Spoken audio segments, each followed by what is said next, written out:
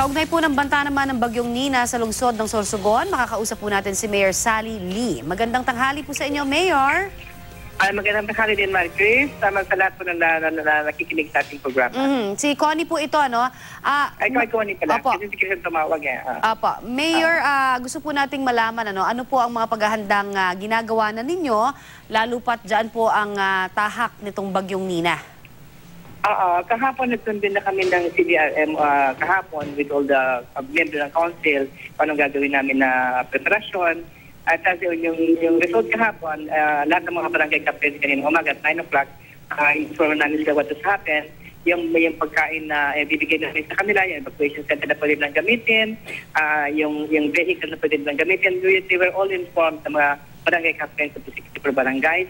And then yung mga vulnerable na mga lugar namin, yung mga bangka at mga sea, inayos na po namin. And then nagbigay ko ng executive order na wala kong pupunta sa kadagatan ngayon. Ngayon, at this moment, nandito ko kami sa lahat po ng mga department heads kasi may incident command system po kami. Anything that will happen, alam namin kung anong proseso na gagawin namin kasi we are all here. And then, ang lahat nasa blue alert ng Sorsogon ngayon, kaya lahat po ng mga empleyado namin mag-relieve sana because of the holidays, hindi ko namin talaga pinayagan. So, we have to be here. Mayor, ang Mayor, yung mga nakatira may araw kami. Ano po yon? May araw kami. Okay. May umuulan pero we have the sun. Okay, good to know. Pero at least wala pa kumbaga, nakikita tayong bagyo, ano? Wala pa ho. Opo. Gusto ko lang malaman, may mga residente pa rin po tayong nakatira dyan sa may Dalampasigan.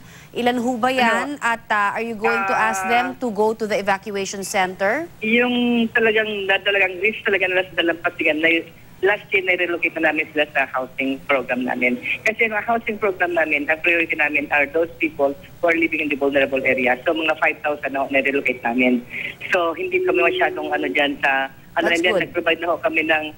Meron na ho kami bago na 6 evacuation centers aside from the schools. Kasi ayaw ko na naanuhan ng mga eskwelahan. So, at the city, nag-build kami ng evacuation centers in the districts. And then, 6 na ho ang bago namin na evacuation centers.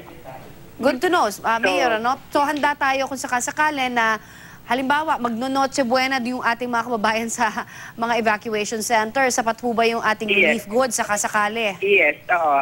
Dinagdagan ho namin ang provision namin sa kanila kasi sabi ko kung hindi man magamit lahat, pwede niya ibigay sa poorest of the poor.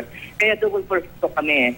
Binigay na namin sa mga kapilan, diniliver namin sa kanila para hindi kami nag-ano pag during the time na nagre-rescue na hindi po.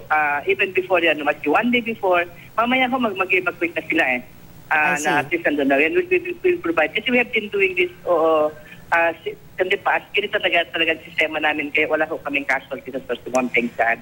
And what most important is, lahat po nagdadasal sa kami na sana will be spared from this typhoon. And many times we were spared from typhoon na magdadan po sa Sorsogon. Twice already, we have proven na when we pray, nalilihis po ang bagyo sa amin. At panawagan nyo na lamang po sa mga taga-Sorsogon. Ako, on 24 hours po din po kami sa Sorsogon giving information.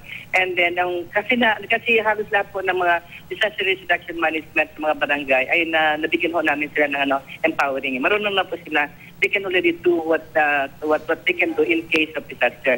Naubos po namin yan sa 64 barangays in the city of Sorsogon.